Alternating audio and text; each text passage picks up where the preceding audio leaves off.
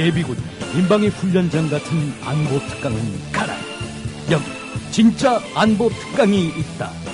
김종대, 정욱식의 진짜 안보.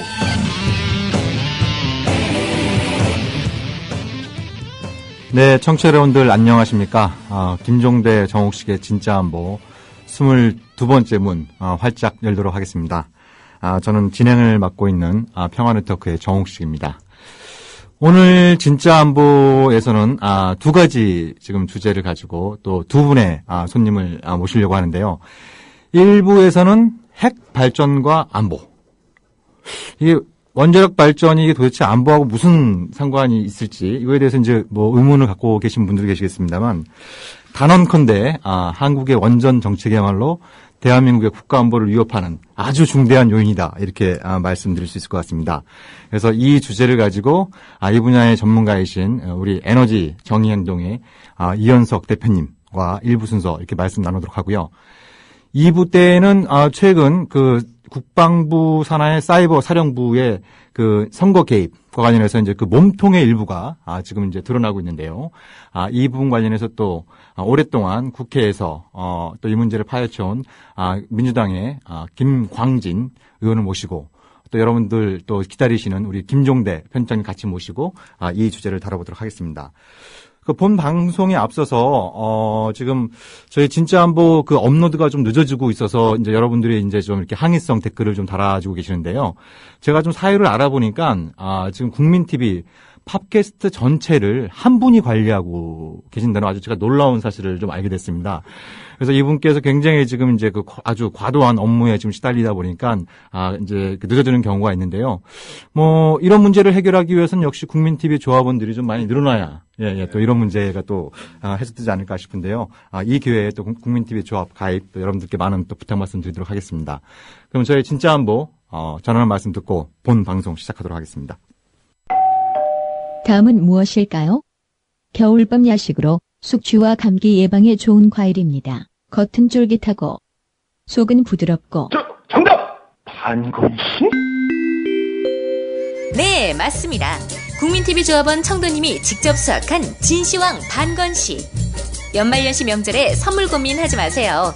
최고의 선물 반건시로 끝내세요. 010-2128-2644 010-2128-2644 다음 검색창에 진시황 반건시를 검색하세요. 나라가 있고 있듯 맛있는 반건시라니.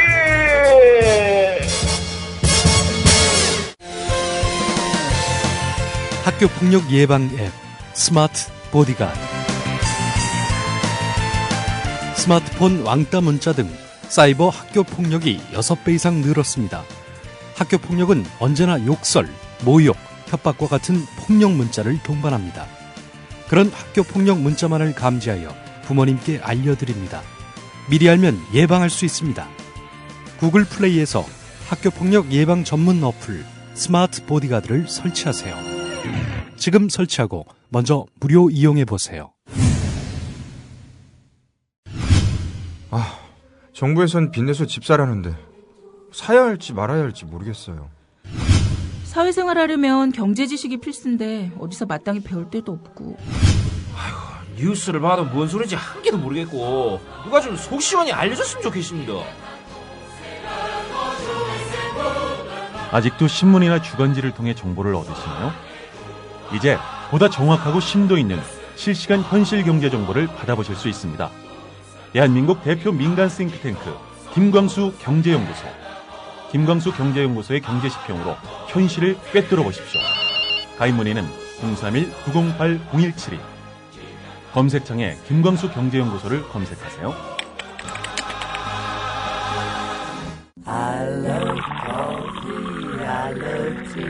500원으로 즐기는 나만의 커피. 원두 쇼핑몰 헝그리 커피. 최정상급 로스터가 1년 이하 최고급 뉴크롭 생두를 로스팅해 즉시 배송해드립니다. 대량 구매 시 가격이 할인됩니다. 검색창에 헝그리 커피를 검색하세요. 헝그리커피.com. 헝그리 커피에서 원두를 구매하시는 분들께는 차량용 국민TV 스티커 2매를 함께 보내드린다. 네, 진짜 뭐 1부 순서 시작하도록 하겠습니다. 오늘 이 자리에는 에너지 정리행동의 이현석 대표님 나오셨는데요. 예, 안녕하십니까. 예. 귀한 자리 함께해 주셔서 감사합니다. 예, 감사합니다. 좋은 자리 불러주셔서 감사합니다. 예. 예. 그전에도 이렇게 굉장히 풍채가 좋으셨는데 좀 올해 들어서 살이 더 찌신 것 같아요. 예, 살을 빼야 되는데. 좋은 일이 많으신가요? 예, 아닙니다. 지금 살을 빼려고 준비하고 있는데 요즘 잘 안 되네요. 예. 네. 요즘 좀 바쁘셔야 될 텐데 말이죠. 뭐 정부에서 핵발전 증설 계획도 내놓고 그래서 많이 바쁘셔야 될 것 같은데 별로 이렇게 공론화가 좀 안 되는 모양이죠? 예, 이게 사실은 이제 핵발전소 문제 관련해서는 후쿠시마 사고 이후에 굉장히 많이 이제 언급이 되지 않았습니까?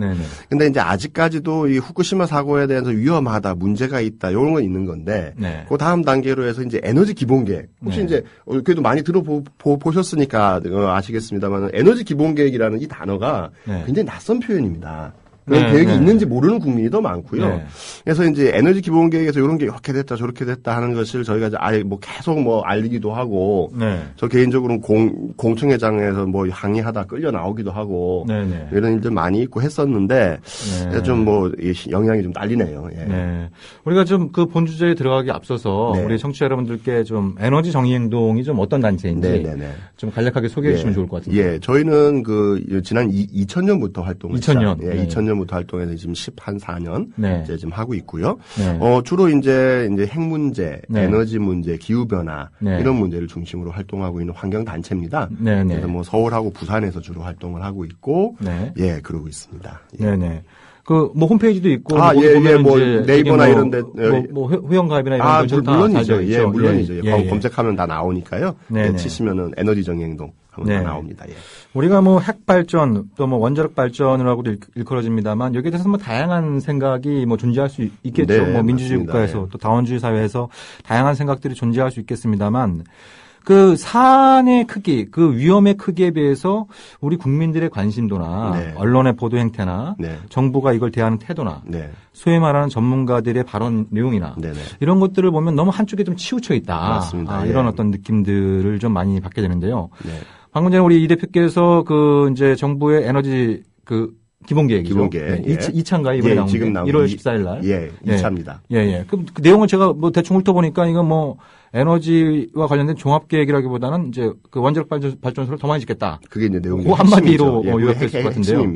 예. 좀 자세한 내용을 먼저 좀 소개해 일단은 이 에너지 기본계획이라는 거는 5년마다 한 번씩 짜게 되어 있습니다. 그래서 대통령이 바뀔 때마다 짜도록 되어 있고요. 지금 현재 계획은 2035년까지의 계획을 이제 짜도록 그렇게 지금 되어 있습니다. 2035년요? 예. 그래서 이게 보통 20년 단위의 계획을 짜게 되는 건데, 거기에는 진짜 전력 문제뿐만 아니라 석유, 가스, 석탄, 재생에너지, 에너지에 대한 모든 정책이 다 포함되어 있는 진짜 에너지의 총체적인 계획입니다. 근데 그 중에서 가장 크게 쟁점됐던 게 이제 항상 1차 에너지 기본 계획 때도 그랬고 2차 때도 그랬고 항상 문제가 되는 게 이 핵발전 비중을 얼마로 할 것이냐. 얼마나 더 핵발전소를 지을 것이냐.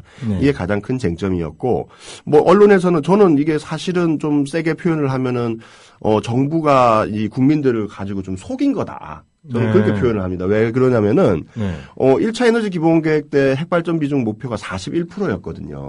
근데 전체 전력 중에서 41%다. 그런데 이제 요번 계획 발표된 걸 보면은 이게 29%로 줄어들었다. 이렇게 저도 본 것 같아요. 그냥 그 숫자만 보면 41이 29로 줄어들었으니까 이거는 탈핵으로 나가는 거 아니냐. 그래서 그 발표가 처음 있고 나서 일부 두산중공업이나 한전 기술 같은 데는 주가가 막 폭락을 했어요. 원전 비중이 줄어드니까. 이게 진짜 탈핵을 하는 거구나. 근데 다음 날 바로 이제 그 주가가 반등을 하는데 이제 그 증시 쪽에 있는 분들이 이거는 탈핵이 아니다. 내용을 알고 보면은 비중만 줄어드는 거지 발전소는 더 짓는다. 이게 사실 그 속에 꼼수가 숨어 있었던 거죠. 그래서 보면은 지금 현재 23개 핵발전소가 돌아가고 있는데요. 전국에. 그렇죠. 11개를 건설 중이거나 계획 중입니다. 근데 그거 이외에도 5개를 더 추가로 짓는. 그래서 토탈 다 합치면은 39개가 되는 겁니다. 지금 23개가. 지금 정부의 계획대로 한다면 39개. 그러니까 23개가 39개로 늘어나는 거죠. 이건 누가 보더라도 증핵인 거죠. 그렇죠. 그럼 이게 왜 그런 숫자 장난이 나오는 거냐? 전력 소비의 총량이 엄청나게 늘어나는 겁니다. 지금 현재 대비 2035년이 되면 80%가 늘어나는 걸로 잡은 겁니다. 그러니까 흥청망청 전기 마음껏 써라. 예, 이런 그런 거네요. 거죠. 그런 예, 거죠. 예. 그렇게 잡다 보니까 과거에 41%의 그 핵발전 비율이 네. 지금 29%로 잡은 그 비중하고 절대량은 똑같습니다. 네네. 근데 상대적인 비율은 줄어든 것처럼 보이는 거죠. 네, 그러네요. 그게 네. 일종의 이제 좀 숫자 갖고 좀 장난질 친 예, 좀 그런 겁니다. 이제 보이네요. 예.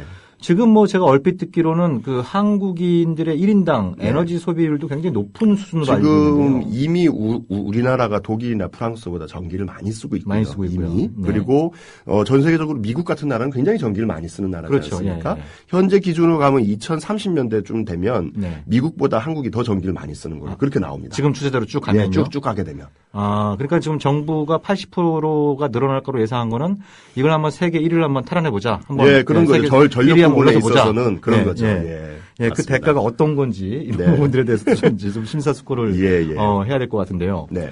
그러니까 지금 그 원전이 20싹이 있고 네.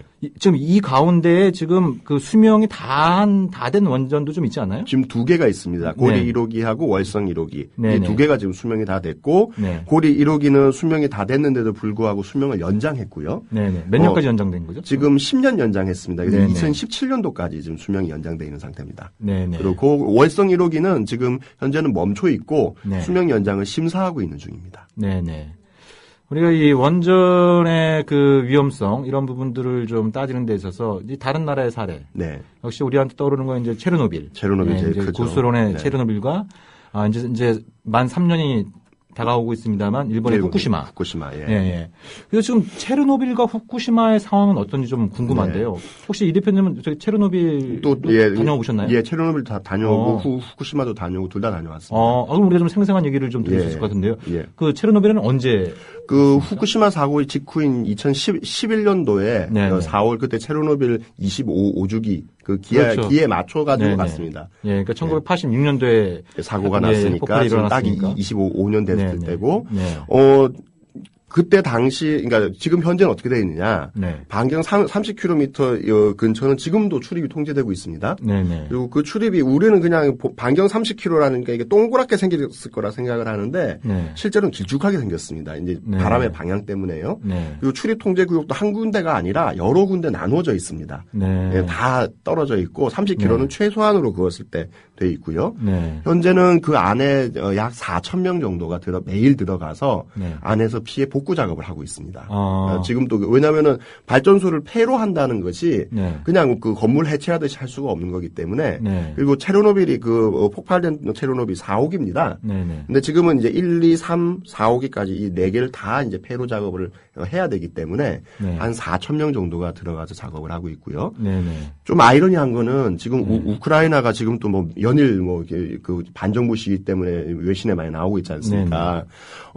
이 우크라이나 정부가 그때 당시에 체르노빌 25주기를 맞이해서 네. 관광객 100만 명을 유치하는 목표로 지금 또 돈만 내면 그 안에 들어갈 수 있습니다. 누구나. 네네. 돈도 꽤 많이 줘야 되고요. 네네. 관광 안내 책자에 한 페이지를 장식할 정도로 네. 많은 사람들이 들어가서 보고 있고 네. 지금도 그 안에는 뭐 굉장히 출입 통제가 폐허가 되어 있는 상태고 네. 노인분들이 내가 살면 얼마나 더 살겠냐. 네네. 그래서 이제 한 몇백 명 정도는 그냥 살고 계신 분도 계시고 예, 예. 출입 통제 구역 안에. 예. 그러니까 지금 사고 발생한 지 30년 가까이 돼가고 있는데 맞습니다. 예. 여전히 그 반경 30km 네. 지역은 뭐 여전히 좀 사람이 살 수 없는 땅이고 네. 네. 이걸 또 이제 좀 관광 산업으로 역설적으로 그렇게 또 네. 해보겠다는 부분들이 있는 것 같은데요. 그러니까 지금 그 우리 국민분들이 도대체 핵폭발이 뭔가 네. 보통 우리가 핵폭발하면은 이제 그 핵실험 때나 히로시마 나가사키에 떨어졌던 그 영상, 네. 그 화면, 그러니까 거대한 버섯구름, 예. 네? 네, 이런 걸 떠올리게 되지 않습니까? 네네네. 근데 이게 원자력 발전소에서 폭발한다라고 하는 게 도대체 어떤 의미인 건지 네.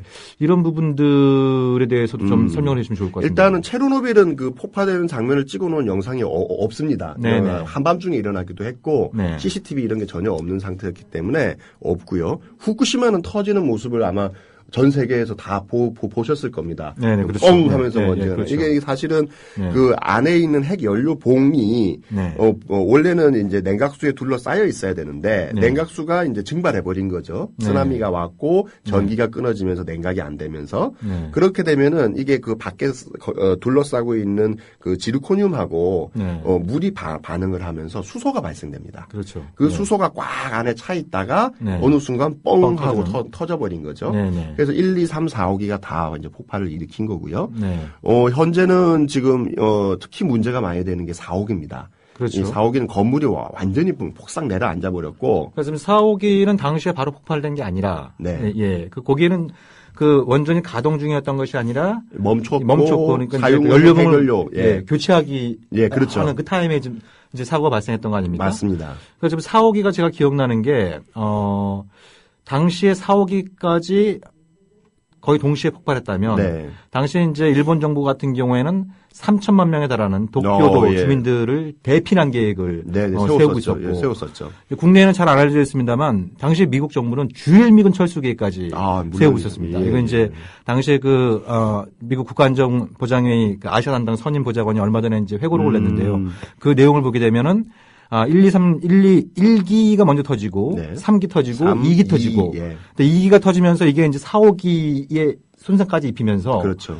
그러면서 이제 이 미국 정부 내에서 이제 비상대책회의를 한 결과 일단 민간인들에게는 자발적인 철수를 권고하고, 그 다음에 4, 5기까지 폭발할 경우에는 네. 예, 주일미군 철수까지 하겠다라고 그렇죠. 하는. 그래서 제가 아까 서두에 이 원전이라고 하는 게 국가안보상 아주 엄청난 문제라고 거죠. 말씀드린 부분들이 있었는데, 사실 4, 5기까지 터졌으면 저패는 아마 그랬더니 몰아칠 뻔했어요. 물론이죠. 그죠? 예. 예. 정말 천만다행으로 그리고 네. 그 현장에서 이걸 막기 위해서 진짜 몸으로 막았던 또 네. 이제 여러 이제 기술자들이 있었던 거고 네. 그러면서 진짜 그나마 네. 이제 불행 중 다행이라는 얘기가 그래서 나오는 네. 거죠. 예. 그래서 이 이제 핵 무기 폭발은 우리가 좀 익숙한 네, 부분들이 그렇죠. 있습니다만 핵 발전소 폭발. 네. 그러니까 이거는 뭐 거대한 버섯 구름을 만드는 것도 아니고요. 그렇진 않습니다. 그죠. 예. 그리고 뭐 핵 무기 폭발처럼 뭐 거의 태양의 온도에 가까운 엄청난 고온을 그런 만드는 것도 것도 아니고 아닙니다. 예. 뭐 A급 태풍 몇 배에 달하는 뭐 네. 엄청난 또 폭풍을 만들어내는 것도 아니고. 예.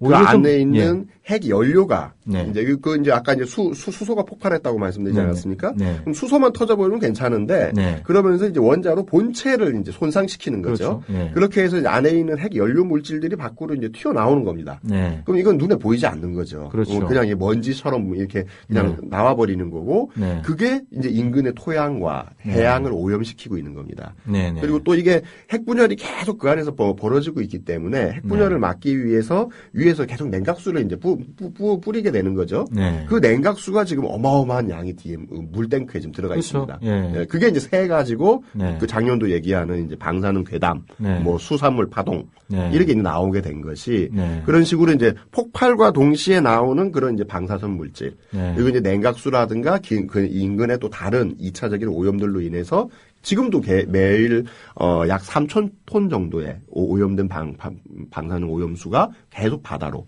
지금 흘러나오고 있는. 그러니까 이게 끝나지가 않아요. 이게 체르노빌만 보더라도 뭐 현장에 네. 지금은 거대한 석관에 지금 덮여 있는 상황이죠. 그 상태에서 그게 벌써 30년이 지나가지고 네. 많이 노후화됐습니다. 그러니까요. 그래서 지금 위에 한 겹 더 씌우는 작업을 네. 지금 작년도부터 들어갔습니다. 그러니까 제가 그 뉴스를 봤던 게 그래서 우크라이나 정부가 네. 그게 엄청난 돈이 들어가잖아요. 예. 예, 엄청난 비용이 들어가니까 이거 우리 정부 예산 없으니까 좀 각국 정부가 좀 지원해달라. 도와달라 해가지고 요청을 했는데 이제 별로 다른 나라에서 반응이 네. 없다가 후쿠시마 참사 탁 떨어지니까 돈이 확 모였죠. 또 이제 기부금이 확 모이면서 이제 지금 있는 석관을 또 덮는. 네. 그렇죠. 이건 또 수명이 100년이라 그래요? 예. 그럼 100년 뒤에 또 돈 모아야 거죠. 되는 겁니다. 그리고 또 그게 끝나면 또 모아야 되고 이렇게. 근데 이게 왜 안 끝나는 겁니까? 왜냐면은 네. 이게 정상적인 상황이라면 네. 사용 후 핵연료를 끄집어내고 네. 나머지는 이제 전부 다 이제 폐기장으로 보내고 이렇게 하면 됩니다. 그러니까 네, 네. 소위 쉽게 말씀드리면 분리수거를 하면 되는 겁니다. 그렇죠. 근데 이게 뻥 터져버리니까 네. 막 뒤에 엉켜버린 거죠. 네, 네. 그러니까 이걸 분리수거를 못 하는 거고 그대로 그냥 두는 겁니다. 네. 근데 이 사용 후 핵연료라는 놈이 네. 보통 반감기가 10만 년입니다. 네, 네. 그러니까 10만 년이요. 예, 10만 년 동안 놔둬야 에너지가 절반으로 줄어드는 건데 네. 그러니까 그 때 동안 이제 보관을 해야 될 거지 않습니까? 네네. 비도 안 들어가게 해야 되고. 그렇죠. 그러니까 위에다 씌우는 수밖에 없는 거죠. 네네.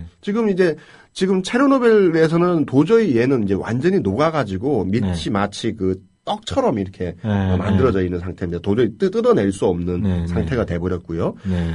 후쿠시마는 일부 지금 1, 2, 3호기의 경우에는 밑에 그렇게 떡이 져 있을 거라고 추정하고 있습니다. 왜냐하면은 네. CCTV가 들어가도 안을 볼 수가 없기 때문에 지금 들어가면은 CCTV나 이런 기계가 망가져 버려요. 네. 그래서 이제 안에는 추정만 되고 있고 네. 4호기만 지금 네. 사용 해결률을 끄집어내고 내고 있는 예. 그것도 뭐 아주 좀 위험한 상태로 네. 가고 있는 그런 상태인 거죠. 네. 그러니까 이게 참 너무 좀 안타까운 이런 어떤 상황인데요. 그러니까 네. 예를 들어서 이제 핵발전소가 폭발했을 때 체르노빌 예를 보면요. 네네. 당시 뭐 IAEA 그러니까 국제 원자력 기구는 이 사고에 의한 사망자가 한 4,000명 정도다. 예, 그렇게 발표했었죠. 그렇지만 민간 그 연구기관이 발표하는 거는 100만 명. 네, 최대 100만 명까지 보고 있습니다. 예. 이렇게 4,000명에서 100만 명이면 가만히 있어봐. 250배 차이가 되는 거죠. 시정체에 나는데 이게 차이가 나는 근본적인 이유가 뭡니까? 왜 그러냐면은 네. 제일 많이 생기는 이제 질병이 암입니다. 그렇죠. 그럼 이제 암에 누군가 걸렸다고 봤을 때 이 사람이 왜 암에 걸렸는지에 대해서는 현대 의학으로 알 수가 없습니다. 다만 이 해당 시기에 암 환자가 급격히 늘어나는 것을 보고 이것은 체르노빌 사고의 영향 때문이겠거니라고 추정할 뿐인 거죠. 그러다 보니까 이 범위를 얼마로 잡느냐. 그리고 또 그 외에 이제 여러 가지 요소들이 있습니다. 이제 옛날에는 암인지 모르고 그냥 이제 죽었는데 일일이 또 이 검사를 해보니까 암 환자가 늘어나는 그런 또 효과들이 있거든요. 그러니까 그걸 이제 누가 조사하는지에 따라서 숫자가 진짜 완전히 고무줄로 이제 늘어났다 줄었다가 되는 거죠. 그래서 가장 보수적으로 잡은 것이 IAEA 보고고요.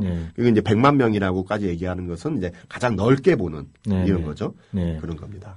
그러니까 이게 참 말씀하신 것처럼 체르노빌 사례도 그렇고 그러니까 또 지금 이제 원폭 피해자 2세, 3세 또 이런 문제들 같은 경우도 좀 여러 가지 이유 모를 어떤 뭐 희귀 질환이나 암 이런 어떤 그 질병 발생이 상당히 높은데 이게 명확하게 이게 이제 피폭과의 인관계가 있느냐 이게 이제 여전히 이제 좀 논란이 되고 맞습니다. 있는 이런 부분인 것 같은데요.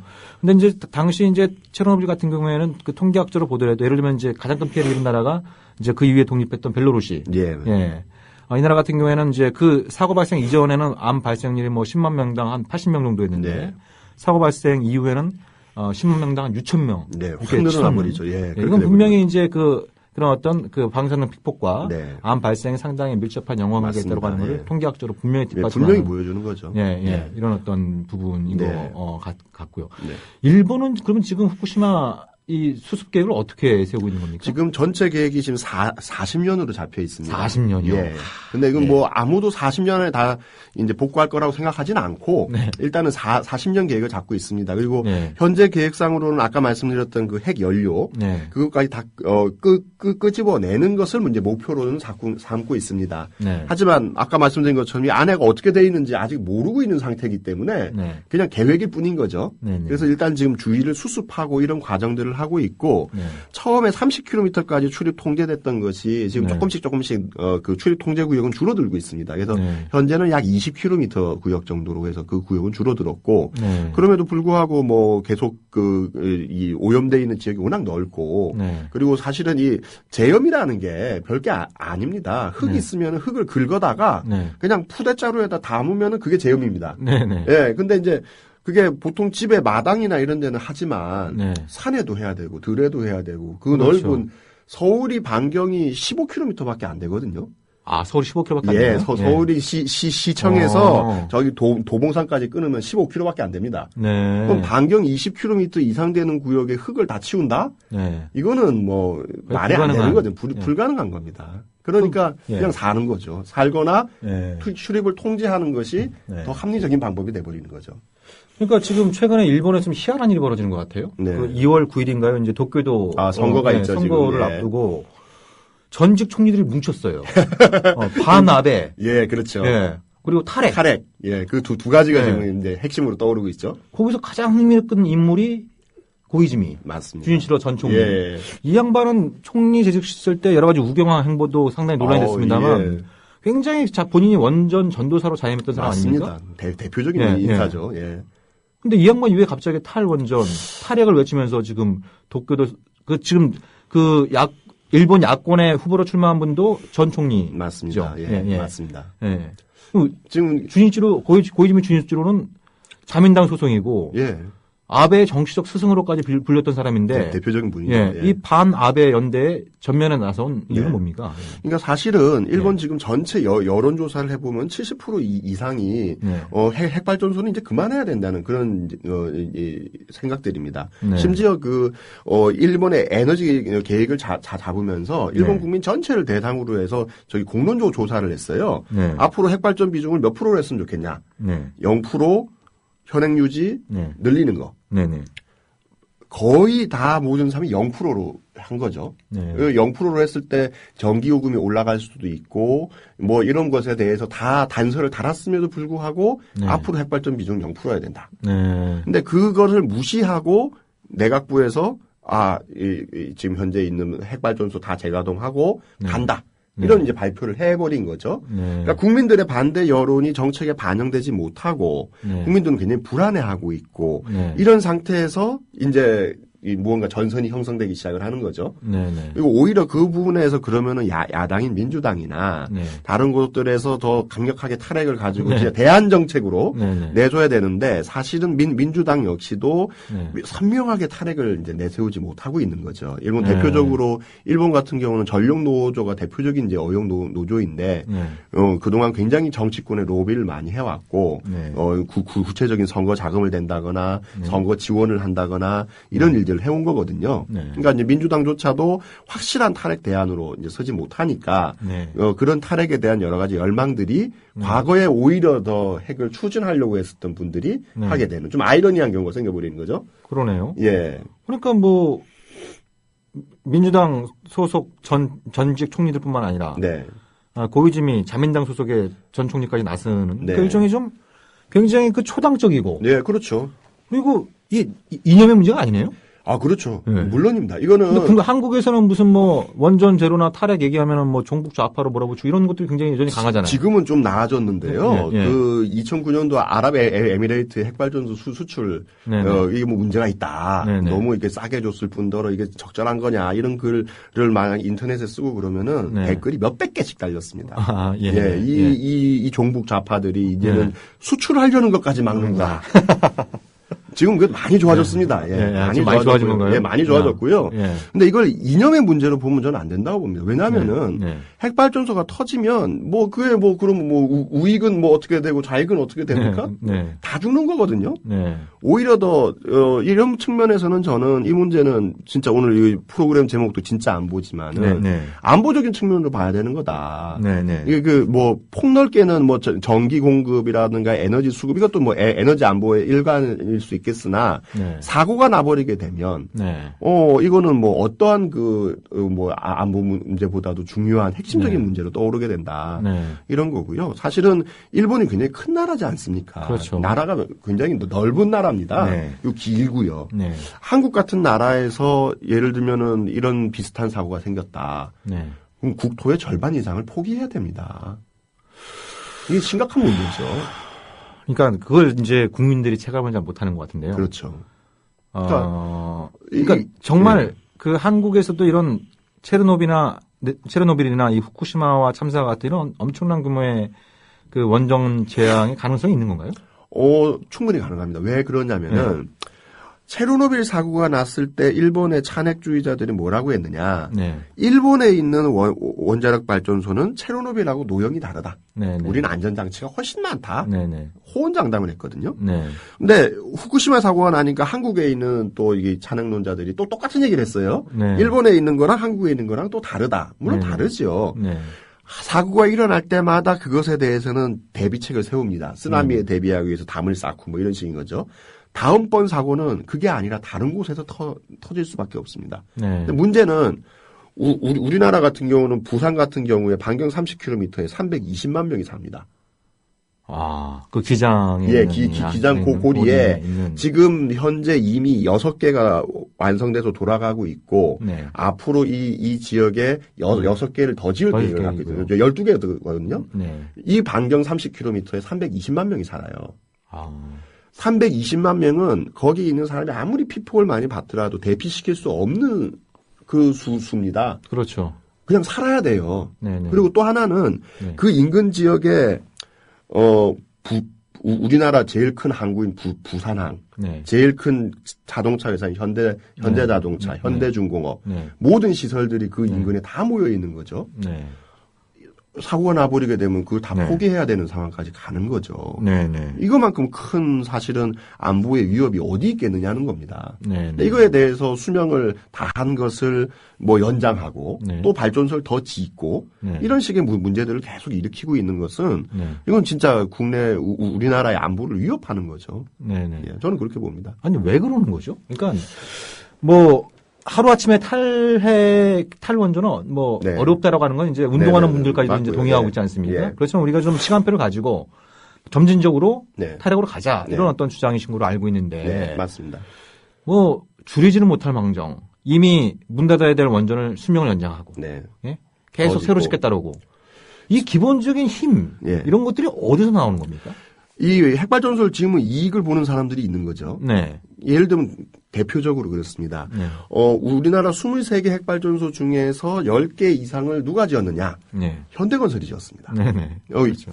이명박 정부 때 핵발전소를 적극적으로 추진한 데는 그만한 이유가 있는 거죠. 네. 아랍에미레이트 핵발전소의 주 사업자가 누구냐? 현대건설입니다. 네. 이런 이제 건설 사업자들이 거기에 정확하게 얽혀 있는 거죠. 네. 그리고 또 하나는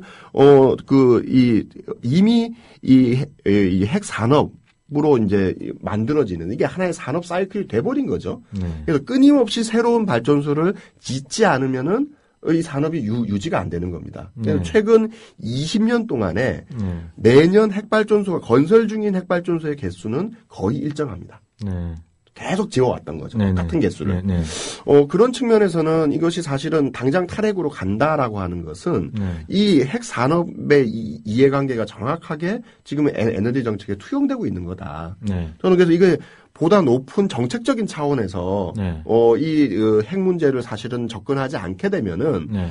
일반적인 접근으로는 절대로 이 탈핵으로 나갈 수 없다. 네. 그렇게 네. 보고 독일의 경우에는 네. 사실 그 관계가 완전히 역전돼 버리면서 네. 뭐 대표적으로 지멘스라든가 독일의 대표적인 그런 네. 네. 기업체들이 이쪽 원자력 사업본부를 다 정리해 버렸습니다. 네. 대신 재생에너지로 넘어가 버린 거죠. 네. 네. 그렇게 이제 다시 넘어가는 그런 네. 좀 정치적인 변화 이런 네. 것들이 좀 필요한 상황인 거 아닌가 네. 보는 거죠. 그러니까 독일 사례만 보더라도 이게 이 원전 문제, 핵 문제가 네. 이념의 문제가 아니라는 게 네.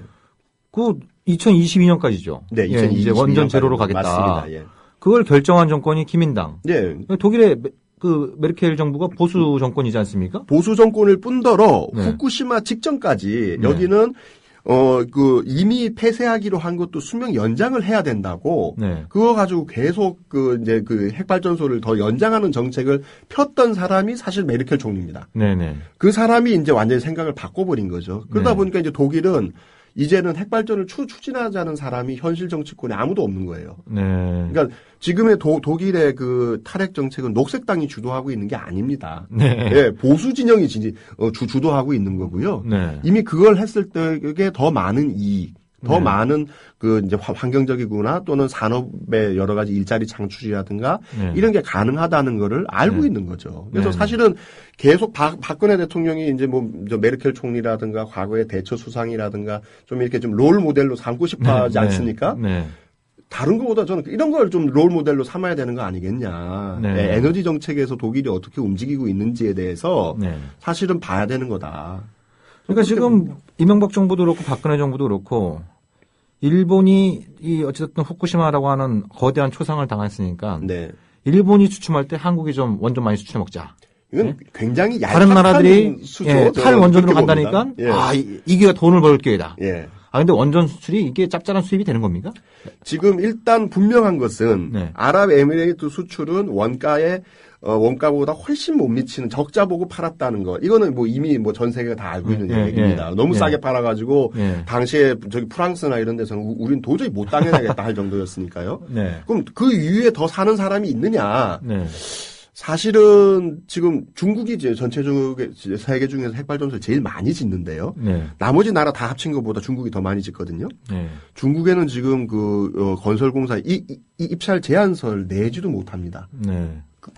원천 기술이 없거든요. 네네. 뭐 수출할 데가 없으니까 이제 베트남 갔다가 핀란드 갔다가 뭐 아랍에미레이트 갔다가 이러고는 있는데 모르겠습니다. 뭐 한두 건 정도 더 성공할 수 있을지는 모르겠으나 전 세계 이미 핵발전소 건설 물량 자체가 확 줄었기 때문에 이제는 뭐 저는 별로 가능성 없다. 그러니까 오히려 이제 원전 해체가 유망한 사업 아닌가요? 지금 전 세계적으로 한 420여 개 정도가 가동 중에 있거든요. 그 중에 향후 20년 안에 그 중에 100개 이상의 수명이 끝납니다. 그럼 누군가 해체해야겠죠? 근데 우리나라는 그 기술이 없어요. 만약 고리 1호기 해체하더라도 이제 외국에서 기술자 불러와서 해야 됩니다. 이것에 대해서 기본적인 지금 준비도 당장 우리나라 것도 준비가 안 돼 있을 뿐더러 해외 그 해체 시장과 관련해서 전혀 지금 생각이 없는 거죠. 향후 글쎄요 20년 사이에 전 세계에서 100개 이상의 신규 핵발전소가 중국은 뭐 100개 이상 짓는다고는 하고는 있으나 중국은 워낙 좀 부풀리는 게 많아서 될 수 있을지 모르겠고 전 세계 100개 안 지어질 겁니다. 좀 힘들고요. 그런 면에서는 해체 시장이 훨씬 더 블루오션이죠. 그 또 이제 많은 국민들이 갖고 있는 생각 중에 하나는요. 좀 뭐 위험하긴 한데 뭐 전문가들이나 정부가 대한민국 원전은 안전하다니까. 그리고 이게 싸지 않냐. 그 뭐 리스크를 좀 뭐 감수할 정도로 싸지 않냐. 뭐 이런 게 인식하는 분들이 많은 것 같아요. 맞습니다. 이거에 대해서 어떻게 생각하세요? 지금 최근 이제 비리 사건들이 생기지 않습니까? 부품 한 개를 사기 위해서 실제로 봐야 되는 서류를 보면은 이렇게 진짜 예전 그 전화번호부만큼 두껍습니다. 그걸 다 보고 하는데 중간에 이제 사인 같은 걸 조작했던 거죠. 이걸 다 검토하려면 이게 다 돈입니다. 지금까지는 그냥 싸게 검토 안 하고 그냥 넘겼던 거죠. 또 하나는 이게 지금까지는 핵발전소만 문제였는데요. 최근 들어서 이제 금주에도 미랑 이제 그 희망버스를 가는데 아무리 여기서 전기를 생산한다 한들 송전탑이 없으면 이건 말짱 도루묵이거든요. 그렇죠. 그러면은 지금 삼척과 영덕에 신규 핵발전소를 짓는다 할지라도 태백산맥을 관통하는 송전선을 2개를 새로 지어야 되거든요. 이걸 그럼 어떻게 할 거냐? 삼척 영덕 주민들이 아무리 동의를 한다 선 치더라도 이 태백산맥을 넘어가면서 강원도 일대, 경북 일대 이 많은 지역의 사회적 갈등 비용들은 이걸 사실 제대로 넣는다면 말도 안 되는 거죠. 그러니까 또 뭐 이 비용을 좀 더 이렇게 넓게 잡는다면 방금 전에 얘기 나눴던 그 원전 그 폐쇄 비용. 해체 비용도 지금 일부 지금 잡혀 있습니다. 지금 원래 3,200억 정도 잡혀 있다가 얼마 전에 이게 6천억으로 늘어났어요. 그러면서 지금 핵발전 단가가 확 늘어나 버렸습니다. 근데 이게 6천억 수준으로는 안 된다라는 게 많은 사람들의 또 기당 한 기에 해체하는 데 들어가는 6천억 원이 들어간다고요? 어마어마한 돈이네요. 실제로 보면은 거의 8, 9천억 이상 들어갈 거다라고 많은 사람들이 보고 있고요. 해체하는 시간도 빨리 하면은 15년, 길게 하면 60년입니다. 근데 이것도 뭐냐면은 그대로 하세월. 일단 그대로 놔두면은 이제 그 중에 방사선 준위가 빨리 줄어드는 놈들은 그새 줄어들어 버리거든요. 그러니까 60년 동안 가만히 놔뒀다가 해체를 하면은 좀 피폭을 덜 당해요. 그러니까 이제 60년이면은 지금 살아있는 사람들은 해체되는 거 못 보는 거죠. 그 후세나 가서야 그 쓰레기 치우고 있는 거죠. 그러니까 비용 대비 편익을 생각할 때 이게 결국 경제성이 전혀 아니다. 뭐 위험도는 뭐 사치하더라도. 그래서 사실 독일이나 이런데 그러니까 탈핵을 하게 된 가장 큰 이유가 체르노빌 후쿠시마의 영향도 있지만 실제 해체를 해보았더니 너무 비용이 많이 들고 그리고 해체 다 하고 나서 사용 해결로 10만 년 동안 보관한 거 이거 어디다 보관할 거냐. 인류 역사가 이제 만 년이 채 될까 말까 하고 있는데 10만 년을 보관하는 시설을 짓는다는 게 이게 말이 안 되는 거지 않습니까? 뭐 작년인가 들은 소식으로는 이제 스웨덴하고 핀란드인가요? 이들 나라가 이제야 공동 개발을 시작했다라고 하는. 이제 뭐 지금 건설을 좀 하고 있는데 그것도 해봐야 압니다. 왜냐하면은 10년 전에는 이게 단단하게 구리로 해서 잘 될 거라고 했는데 10년 동안 이거를 그 아주 가혹한 조건에 넣어봤더니 생각보다 빨리 이게 구리가 사가버리는 거죠. 그래서 이거 안 되겠다 지금 다시 연구하고 다시 연구하고 지금 그러고 있습니다. 그러니까 그 핵발전소로 가리켜서 뭐 이제 이게 뭐 화장실도 안 만들고 뭐 아파트 짓는다 뭐 집 짓는다 이렇게 얘기합니다만 사실 뭐 그런 인분 같은 경우에는 그냥 비료로 쓰면 되는데요. 쓰죠. 그건 이 핵폐기물은 어디에 쓸 데가 없을 뿐만 아니라 이건 잘못했다가는 정말 큰일 나는 거죠. 뭐 현 세대뿐만 아니라 미래 세대에게도 엄청난 네. 그런 위험을 이제 전가하는 이런 거일 텐데요. 네. 이게 이제 국가안보상으로도 굉장히 중대한 문제이다라고 말씀을 나눴습니다만, 그러니까 또 국민들은 그렇게 생각하시는 것 같아요. 그래도 뭐 일본 같은 경우에는 뭐 엄청난 지진도 있고, 네. 뭐 쓰나미도 밀려오고 그러는데 네. 우리는 그건 좀 안전하지 않느냐. 네. 예, 이렇게 생각하시는 분들도 계신 것 같아요. 사실 그 허점을 이제 통렬하게 딱 이제 깨트려줬던 게 요번에 한손 비리인 거죠. 네네. 그 이제 얼마 전에 문제됐던 케이블 문제 한번 예를 들어보겠습니다. 네. 이게 어떤 케이블이냐면은 발전소 이제 원자로의 제어봉 같은 걸 이제 들락날락 시키는 그 신호가 오고 가는 케이블이거든요. 네. 정상적인 상황에서는 잘 작동합니다. 네. 근데 이게 이제 화염 테스트를 통과하지 못했던 거예요. 네. 불이 났을 경우에 견뎌야 되는데 네. 이 테스트를 이제 엉터리로 한 거죠. 네. 그럼 어떤 일이 생기냐? 혹시라도 발전소에 불이 났다. 네. 그러면은 이 원자로를 꺼야 되니까 신호를 해서 꺼라라고 신호를 주면은 이게 내려가서 꺼져야 되는 건데 네. 케이블이 녹아버리는 거죠. 네. 이렇게 돼버리게 되면은 이거는 이제 진짜 걷잡을 수 없는 문제가 생겨버리는 겁니다. 이런 게 네. 지금 핵발전소 한 개당 약 100만 개의 부품이 들어가는데요. 네. 어디에 무슨 문제가 있을지를 모르고 있었다는 네. 거죠. 네. 예. 그러니까 안 그래도 이게 핵이라고 하는 게 어떻게 보면은 이게 이 신으로부터 자연으로부터 훔치지 말았어야 될. 맞습니다. 예. 그러니까 이 핵이 갖고 있는 엄청난 이런 어떤 그 위험성에 비해서 인간의 도덕성, 네. 또 인간의 어떤 능력이라고 하는 것은 근본적으로 한계가 있을 수밖에 없는데 맞습니다. 예. 이 핵 발전을 대하는 그 우리 정부나 이 전문가들이 갈수록 좀 오만해지고 있는 게 아닌가. 네. 어떤 그 체르노빌, 그 이전에 미국의 스리마이, 네. 또 이웃 나라인 일본의 후쿠시마 네. 이런 참사를 목도하면서 핵으로부터의 어떤 그 자유를 추구하는 것이 아니라 네. 이 핵의 위험 속에 이 대한민국 국민들을 더더욱 이렇게 깊숙이 끌고 들어가는 맞습니다. 이런 어떤 상황이 발생하는 것 같아서 대단히 좀 우려가 되고요. 네. 이제 일부 방송을 마쳐야 될 시간인데요. 우리 진짜 안보에서 한번 이제 한 2달 후면 또 이제 후쿠시마 3주기 되지 네, 않습니까? 맞습니다. 예. 그래서 그때 다시 한번 이 탈핵 문제, 이 원자력 발전소 문제를 한번 집중적으로 네. 다뤄보는 그런 순서를 알겠습니다. 가져보도록 하겠습니다. 예. 오늘 그 귀중한 말씀 나눠주셔서 감사합니다. 예, 감사합니다. 예. 네. 예, 그럼 진짜 안보 하이파이브 듣고 2부 순서 들어가도록 하겠습니다.